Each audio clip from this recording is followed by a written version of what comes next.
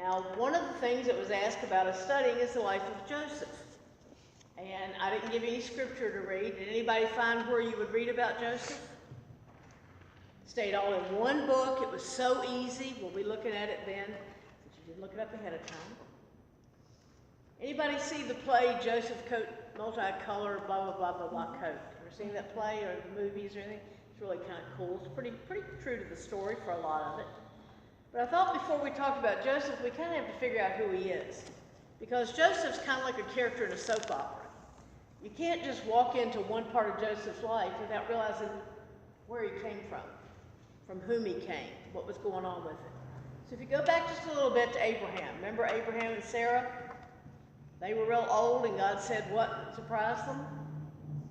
We're going to have a baby. Remember that? And they had this baby, and the baby's name was Isaac. They tried before with the maid, Ishmael. That wasn't the right one. It was with Isaac. Okay, there's a point to this. Isaac married Rebekah. And then Isaac and Rebekah had two sons, two twins. Do you remember them?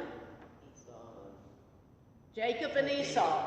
Yeah, and there was a real competition there, and Jacob fibbed to his daddy about who he was, and Jacob got the blessing. There used to be a thing on TV called Somebody's 5-Minute Sunday School, and he would tell these Bible stories kind of like I like to tell them. So we had Jacob now, and Jacob finally went looking for a wife, and he saw this really beautiful girl. He fell in love with her. Her name was Rachel, but there was one problem. She was the younger daughter. And her daddy said, you can have her, but first you got to marry her sister, Leah, her older sister. And so he married Leah. He worked all these years, and he married Leah. And then he said, okay, now let's try the younger one named Rachel. Well, as you can imagine, with any sisters, any family members, there was some competition there. And especially as the marriage went on. Because at first, Leah was always worried he was going to leave her for Rachel, so she was always begging God to give her sons. And God gave her a bunch of sons. In fact, Reuben, Simeon, Levi, Judah, Issachar, and Zebulun. Well, by then, Rachel's upset because Leah's got all these sons, so she gives Jacob her handmaiden, kind of like her great-grandparents did. And from that woman came Dan and Naphtali. The only reason I'm saying this is because these were the tribes that would be the tribes of Israel later. Okay, so by that time, God says, okay, I got to give Leah some kids, so she'll leave this maid alone. So Leah had Leah's maid had Gad and Asher. Finally, Rachel gets pregnant.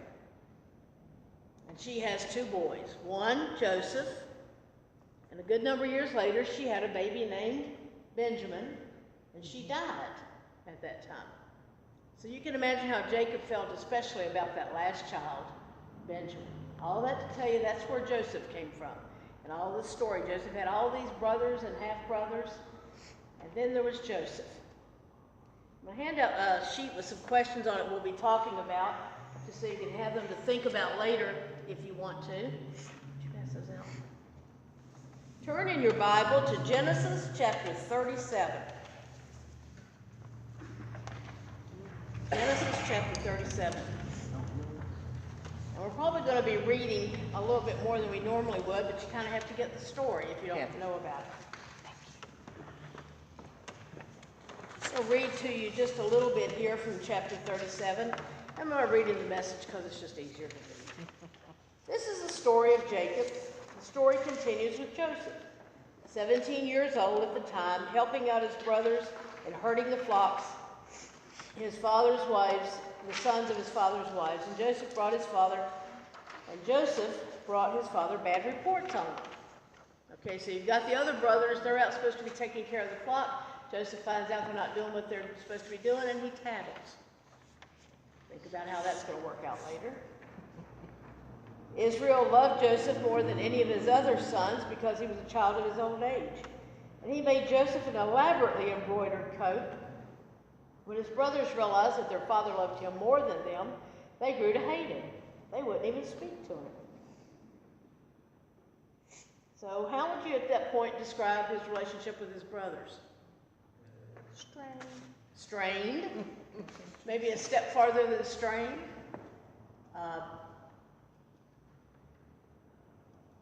It's really hard if a parent has more than one child or more than one grandchild eventually. It's really hard to not show super favoritism to one or the other because other family members do get upset with that one. It's not their fault. I like to pretend I was my grandmother's favorite out of 50 grandchildren, but she did a good job of not letting it show to other people. So Joseph then begins to have these dreams. And it's really interesting because what's not so bad is he had the dreams, but he told everybody, okay? Joseph had a dream. When he told it to his brothers, they hated him even more. He said, listen to this dream I had. We were all out in the field gathering bundles of wheat. All of a sudden, my bundle stood up straight, and your bundle circled around it and bowed down to mine.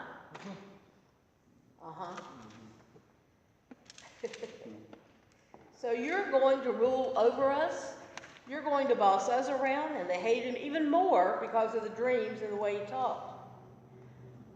Okay. Then he goes on, he has another dream. And this one's even worse because he said, I dreamed another dream. The sun and the moon and 11 stars bowed down to me.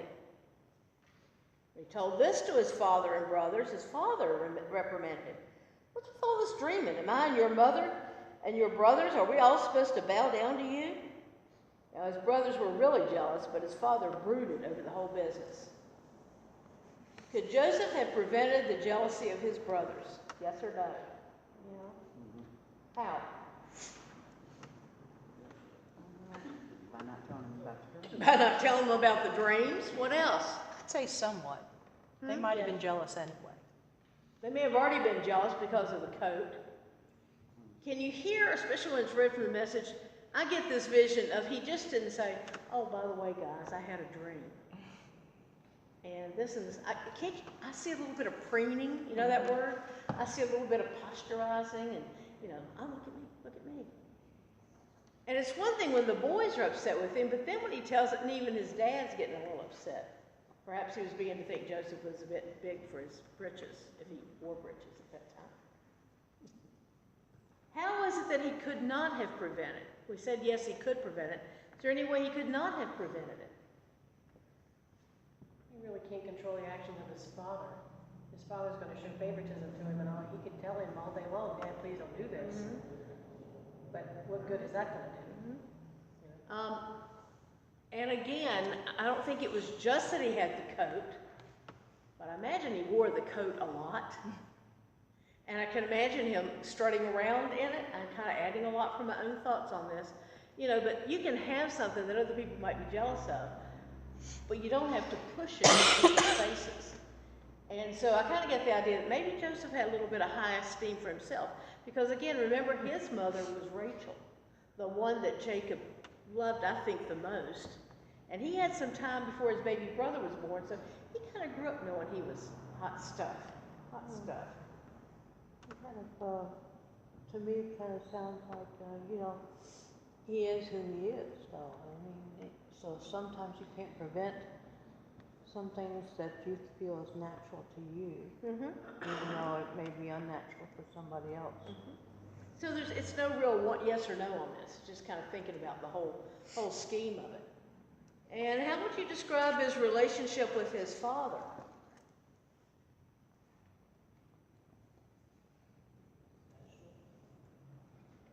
Verses 10 and 11, we find out the father is really a little bit upset with him.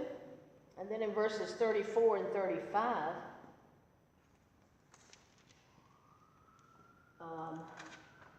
we get the idea that his father really loved him, because we're kind of skipping the part of the story. Remember what happened with the brothers? Some of y'all know the story. They were just fed up with Joseph. So when he came out, they took him and they said, we're just going to get rid of him. And the older brother, Zebulun, steps in and he says, we can't kill him. He's Dad's favorite. Can't do that. So they put him in a cistern, in a well, in a pit, and figured, we'll just leave him there, and maybe we'll come back for him or not. While Zebulun's off, I don't know, going to Walmart or something, a caravan comes along, and he sells Joseph. We'll get rid of this kid one way or the other. tells him to go off to Egypt. Okay, now he comes back. Where's Joseph? Well, he sold him to a caravan. So now they got to make up a story. You know, oh, what a tangled web we weave when first we practice to deceive. What do they make up? What story do they make up for the father? Do you remember that? Hmm? Did they put blood on the coat or something? Yeah, evidently they kept that fancy coat. And they tore it up, put blood on it, went home and told Dad, oh my goodness, something got Joseph. And then we see in verses 34 and 35,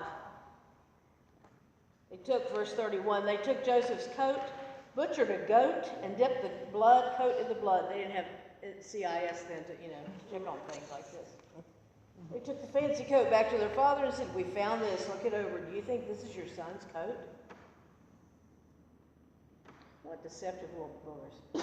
He recognized it at once. My son's coat, a wild animal has eaten him, Joseph torn limb from limb. Now they didn't say that. Remember we talked about splitting that little fundamentalist hair there?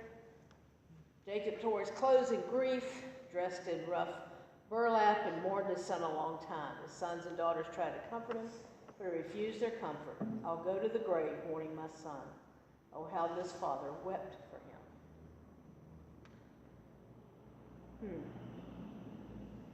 Wouldn't it be interesting if the story stopped right then? Don't you wonder how life would have gone on with them? I know of people who've lost a child, and it really does end their life. They may keep breathing for a while, but we don't know quite how Jacob continued. But so often God can bring good out of what seems like a real mess. Someone read for me, please, chapter 39. Verses 1 through 6. Now Joseph was taken down to Egypt, and Potiphar, an official of Pharaoh, the captain of the guard, an Egyptian, bought him from the Ishmaelites who had brought him down there. The Lord was with Joseph, and he became a successful man. He was in the house of his Egyptian master. His master saw that the Lord was with him, and that the Lord caused all that he did to prosper in his hands. So Joseph found favor in his sight and attended him. He made him overseer of his house and put him in charge of all that he had. From the time that he made him overseer in his house and over all that he had, the Lord blessed the Egyptian's house for Joseph's sake. And blessing of the Lord was on all that he had in his house and field. So he left all that he had in Joseph's charge, and with him there he had no concern for anything but the food that he ate. Okay, so how did God use Joseph's captivity for good?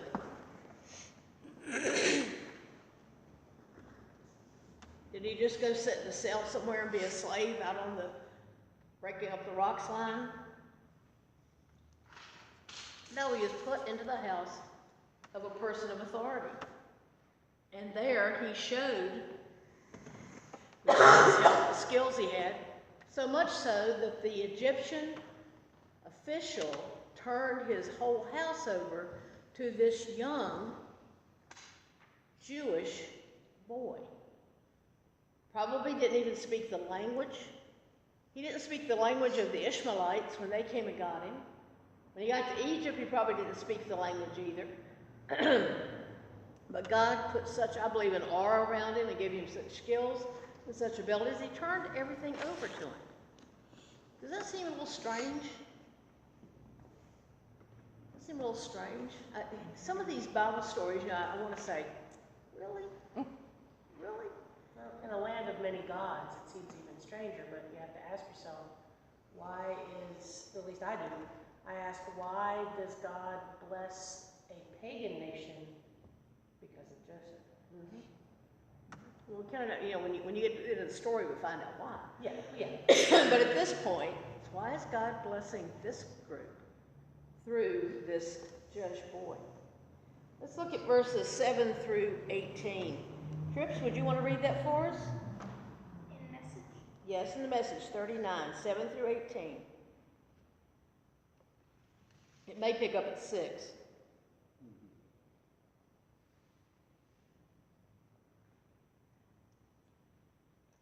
It's okay. Let me get started and you tell me when you want to break in, okay? Joseph was a strikingly handsome man. As time went on, his master's wife became infatuated with Joseph and one day said, "Sleep with me." Joseph wouldn't do it. He said to his master's wife, "Look, with me here, my master doesn't give a second thought to anything that goes on here. He's put me in charge of everything he owns. He treats me as an equal. The only thing he hasn't turned me over to is you. You're his wife, after all. How could I violate his trust and sin against God?" She pestered him day after day after day, but he stood his ground and refused to go to bed with her. On one of these days, he came to the house. I didn't realize this was a story I was asking him to read. On one of these days, he came to the house to do his work, and none of the household servants happened to be there. This is where we're getting to the soap opera part, okay? She grabbed him by the cloak, saying, "Sleep with me." He left his coat in her hand and ran out of the house. He left his coat in her hand and ran out of the house. When she realized that he had left his coat in her hands and run outside, she called to her house servants, "Look, this Hebrew shows up, and before you know it, he's trying to seduce me. He tried to make love to me, but I yelled as loud as I could with all my yelling and screaming. He left his coat here beside me and ran outside." She kept his coat right there until his master came home. She told him the same story. She said, "The Hebrew slave, the one you brought to us, came after me and tried to use me for his plaything. When I yelled and screamed, he left his coat with me and ran outside." Oh my goodness. How was Joseph, the question says, how was Joseph able to resist the temptation of Potiphar's wife day after day? Doesn't say how, it just says he stood his ground. Stood his ground? He knew it was a sin, it wasn't the best thing for him to do. He also respected his master. He respected his master. Again, this is one, can't you just see this getting acted out? Because it starts out the passage by saying he was a good-looking boy. A good-looking boy. Joseph was falsely accused by Potiphar's wife, and Potiphar believed his wife over Joseph, resulting in imprisonment. Yet, and we'll look at that for a minute, why did he take his wife's word over Joseph's after he had trusted and trusted and trusted Joseph? It was his wife. It was his wife. She had the coat. She had the coat. And even if in the back of his mind he trusted Joseph, don't you think he may have been a little jealous? A little jealous? And so once again, Joseph's life takes an interesting turn. An interesting turn. How did God use this imprisonment? And we're not going to read all the way through all this, but he had been put in prison for messing with the boss's wife. Verse 19, the master heard the story and took him and put him in prison, a place where the king's prisoners were confined. But while Joseph was there, the Lord was with him, and he showed him kindness and granted him favor in the eyes of the prison warden. Once again, could Joseph pay this prison warden to be good to him? What could he do for the prison warden? Nothing, except be the young man he had become. Just be himself. And for whatever reason, he found pleasure, he found favor in the eyes of the warden. Put him in charge again of everything, made responsible for all that was done there, the ultimate trustee. The warden paid no attention to anything under Joseph's care because the Lord was with Joseph and gave him success in everything he did. Again, I wonder, did Joseph tell him, God is helping me with this? Or did they just see how together and efficient and able Joseph was? We aren't told that. Sometimes you don't have to tell people it's God in your life. Remember I told you the story before about the friend who said, "Is so-and-so a Christian?" And I said, "Yes." He said, "She does it the right way?" Sometimes people can just, they may not know it, they may never even ask you. But if you're a good person and you're good to people, they're going to see that. They're going to pick up on it. Okay.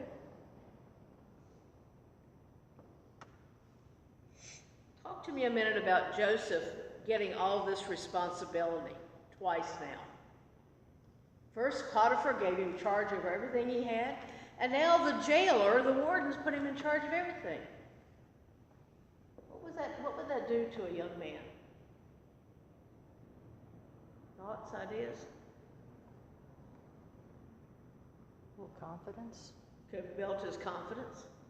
I wonder if he ever thought, see, he should listen to my dreams. They should have listened to my dreams. But for whatever reason, he just made the best that he could of where he was. Where in this last chapter do we see him moaning and groaning about what his brothers did to him? Nowhere. Where do we see him crying and saying, I want to go home, I miss my daddy? Nowhere. All we see is that wherever he is, he does the best that he can do. There's a little lesson there for many of us. Oh, I skipped question 4. What was the one mistake Joseph made that could have prevented the false accusations about him by the wife? What could he have done to have prevented that? Going back and get his coat back. Go back to get his coat. Make sure he took his coat with him when he left. Don't be alone with her in the first place. Not to be alone with her in the first place, although I got the idea that that's where he normally worked. Does it say in there anywhere that he had the chance to explain that he didn't? No. See, my thinking is the first time she put the moves on him, if he had gone then to her and said, you know, I just want to tell you out ahead of time, this is what your wife is doing. Now, that may have got him at least demoted, but I don't think it would have put him in prison. Sometimes we need to, as Barney would say, nip it in the bud. Nip it in the bud, get things straightened out, see what's going on. Why don't we do that? Sometimes I think we just think it's going to go away. It's going to go away.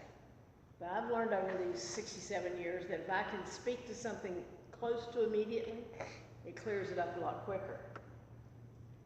What does it mean, the phrase that's been used in King James or in the NIV is that the Lord was with Joseph? Or that Joseph found favor with God? And he took care of him, he opened the way for him. Took care of him, opened the way for him. Something made, I think, Joseph know, and perhaps others, that God was with him. We don't see here that he went and bowed down and prayed to God. We don't see anything in here about keeping the Passover. We haven't even gotten to that part of the story yet. We don't know if he ever even said Yahweh. But for some way or another, God was with him. Okay, turn over to chapter 40. Now we've got one of these, they've got this dream thing coming up again. Got this dream thing. Yes, Trips? Either one. Let's see. Let's look at, in the NIV, chapter 40, verses 1 through 5. Do you want to read that? Sometime later, the cupbearer and the baker of the king of Egypt offended their master, the king of Egypt. Pharaoh was angry with his 2 officials, chief cupbearer and the chief baker, and put them in custody in the house of the captain of the guard, in which the same prison where Joseph was confined. The captain of the guard assigned them to Joseph, and he attended them. After they had been in custody for some time, each of the 2 men, the cupbearer and baker, and the king of Egypt, who were being held in prison, had a dream that the same night, and each dream had a meaning of its own. Okay, so now we got 2 more people. Again, I want to know what they did. I don't know what it said they offended. What's a cupbearer? That was someone who carried the cup, but they also sometimes were the taster to make sure nobody was going to poison the king. And then the baker, what happened? Did his cake go flat, you know? Were the cookies not good? We don't know what happened. But he ended up in the Pharaoh's special prison again, remember? And with Joseph. And again, he's given charge of them. He's given charge of them. The word that says he attended them means he took care of them. He watched out for them. He tried to help them in whatever way they could. If you've ever watched any prison movies, you know there's often somebody in the prison who knows what's going on or in the jail, and they're the one you go to for help, for direction, for understanding. So now they've had dreams. We're having dreams again. I think there's a thing through the Bible about dreams. Remember in the Jesus story, Mary, Joseph, they both had dreams. The wise men, they had dreams. Sometimes I think God speaks through dreams a lot of times because that's the only way we'll shut up long enough to let God speak to us. You know, I'm not just talking about our mouths, but our minds. And some dreams, I think, have real meaning, and other dreams, you ate something bad for dinner. But they have these dreams, both of them the same night. And the next morning he saw they were upset, Joseph did. So he asked them, the ones in custody, said, "Why are your faces so sad today?" Again, I find that interesting. Prison must not have been too bad a thing if they were noticeably sad one day more than the other days. He goes on, he talks about their dreams, and we're not going to read all the part about the dream, but verse 14, chapter 40, verse 14, he tells them what's going to happen. He says, "But when all goes well with you, remember me and show me kindness. Mention me to Pharaoh and get me out of this prison. For I was forcibly carried off from the land of the Hebrews, and even here I've done nothing to deserve being put in a dungeon." He said, "Okay, I helped you. I've given you some help. Now, when you get back in good standing, remember me. Defend my case. Tell Pharaoh how good I'm doing." He goes on to explain it, and they do go back. Things do turn out a certain way. But the cupbearer, verse 23, did not remember Joseph. He forgot him. Got back his job, got into a good place. Joseph who? Joseph who? How was that? Was that unfair again to Joseph? Again, he tried to help somebody out. He did what he used his God-given gifts to do. And he gets, excuse my term, shafted again. This guy really had some internal, I don't want to say. He knew himself, we talked about that a little bit a while ago. He had some internal things that he knew he was okay, whether anybody else did, and whether it showed.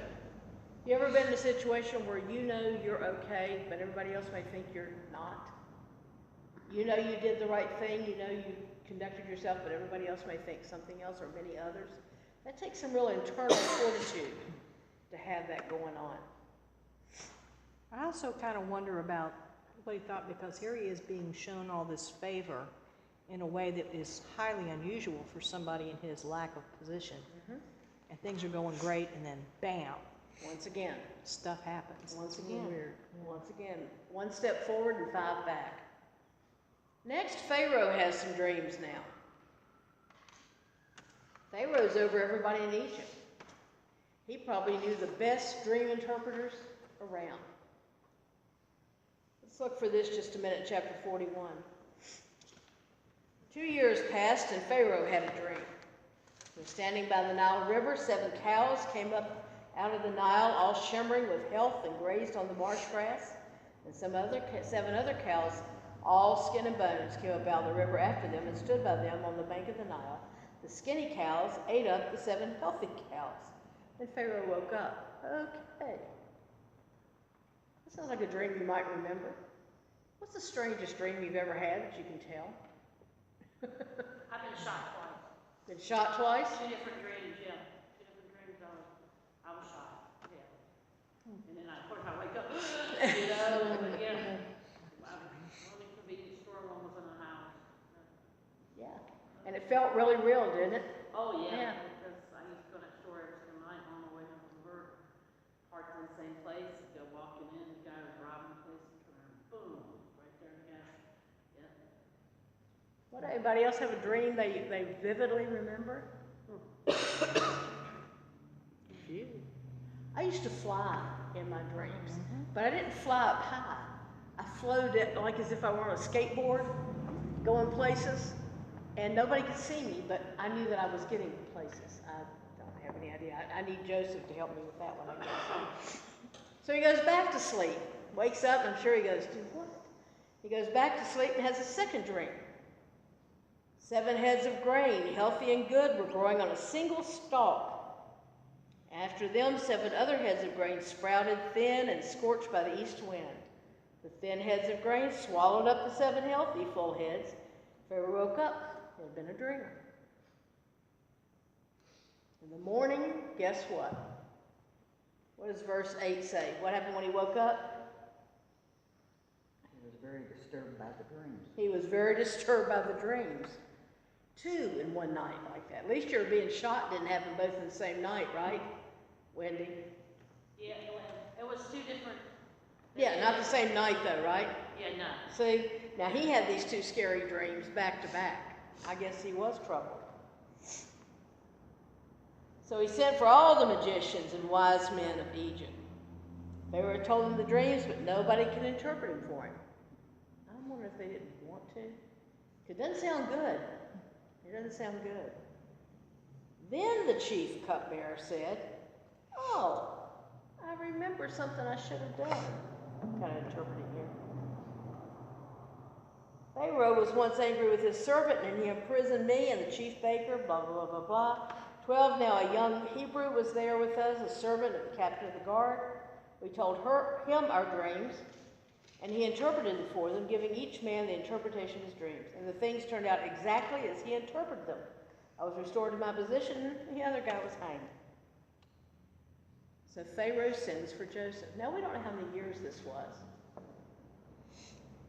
We don't know if Joseph had ever told the Pharaoh about his other dreams. But finally, the cupbearer remembers it. So he sends for Joseph to come and interpret the dream. And what does Joseph tell him about the dream? Do you remember? 7 years of good harvest and 7 years of famine. 7 years of good harvest and 7 years of famine. And for whatever reason, Pharaoh believes him.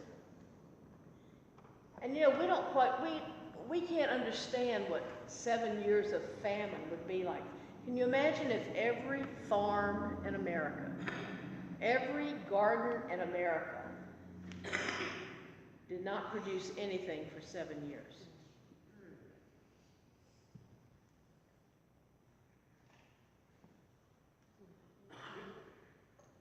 Pharaoh said to Joseph, verse 15, I had a dream and no one can interpret it, but I've heard it said that you, when you hear a dream, can interpret it. I love this comment. I cannot do it, but God will give Pharaoh the answers he desires. Again, the chutzpah of this kid, the humility of this guy. You know, he could have said, oh, sure, I do that all the time. What's your dream? But he gave God the credit. So he tells him the dream. He tells him the dream. And both of them. Joseph said to Pharaoh, Pharaoh's 2 dreams both mean the same thing. God's telling Pharaoh what he's going to do. The 7 healthy cows, 7 good years, 7 grains. The meaning is what I said earlier. God is letting Pharaoh in on what he's going to do. 7 years of plenty, 7 years of famine. Keep giving God the credit for that. Now, there's a reason for that too, I think. What if Joseph had just said, oh, Pharaoh, this means 7 years of famine and 7 years of good. That's what's going to happen to you. You better pay attention. Do you think it helped at all that he played the God card? You think it helped at all that he put God in on this? It may have taken some responsibility off him, but I still see him as giving God the credit for this. Giving God the credit for it. So what does Pharaoh do? Somebody read 41, 38 to 45. Chapter 41, 38 to 45.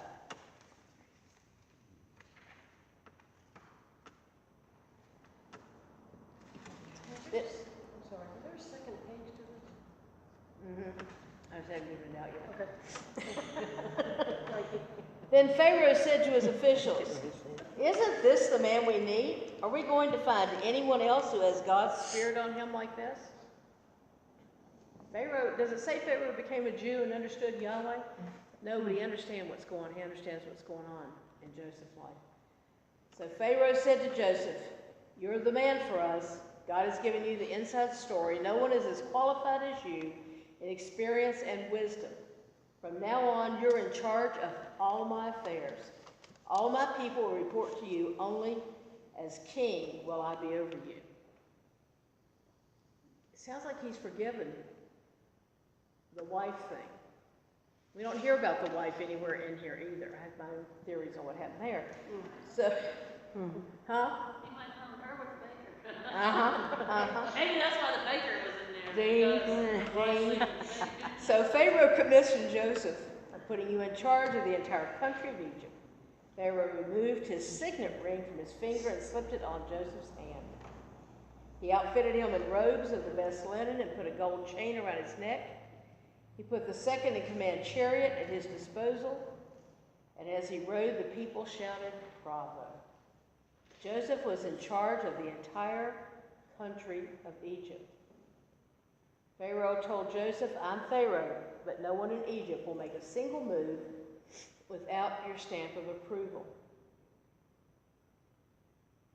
Then Pharaoh gave Joseph an Egyptian name that I'm not going to try to pronounce. Translate God speaks and God lives. He also gave him an Egyptian wife, Asenath, and gave him daughters, the daughter of Potiphar, the priest of On, the helpless. And Joseph took up his duties over the land of Egypt.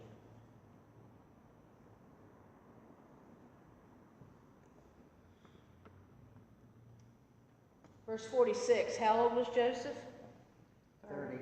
30 years old. That's an interesting number. Know anybody that started a ministry at the age of 30? Last week talking? Okay.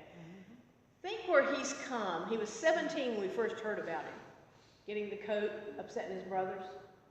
13 years later, he's no longer almost the youngest son with all these other brothers that hated him. And now he's over this whole nation of Egypt. Can you see the this in the middle? You ever had the up and down in your life in the middle between here and there? Between here and there? How did he get from 17 being the braggart, possibly, brother, disliked, thrown in a pit, sold off to the Ishmaelites, to being the second in command of Egypt? He humbled himself. He stepped in when God gave him the inclination to step in. He didn't get discouraged, that we know of, according to the story, when people let him down. I imagine it was more than just a couple of years between the cupbearer and the baker getting their dreams, and the cupbearer finally remembering him to Pharaoh. He didn't give up. He didn't give up.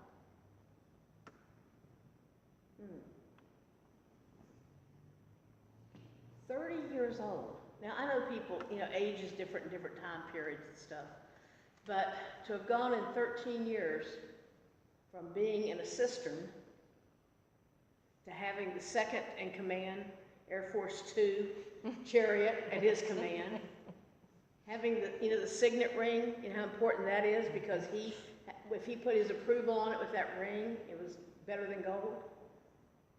And that the people recognized him. The people recognized him.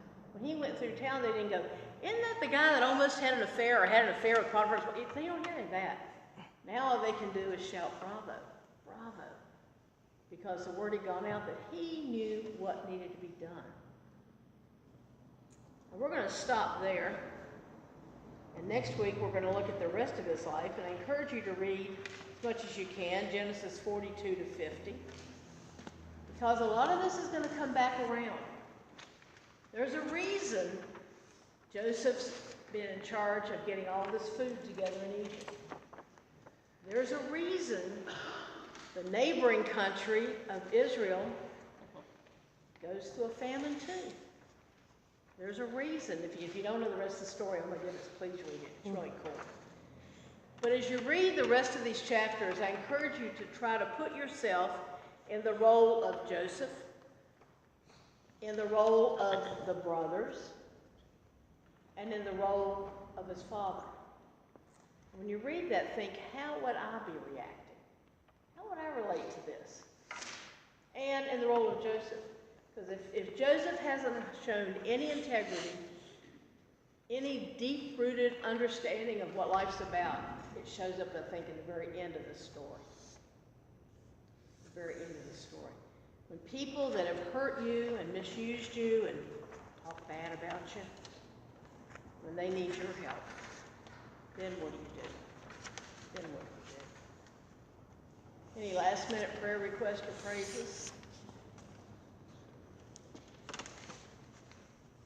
Loving God, we thank you tonight for the way that you show us so much about ourselves and the choices we can make in the story of Joseph. We thank you that maybe we can see that the ups and downs in our lives do have a purpose. We ask that you be with our country tonight, and that the words that are said by all the people talking tonight will be true. The words that are said by all the people tonight will be toward healing and toward hope and toward security. Be with the people we've mentioned that need prayer. Thank you for getting Pam through her surgery and back to Roanoke. And all the other people. And be with Pat tonight. And be with Rosie. In your name we pray. Amen. Amen. Rosie's her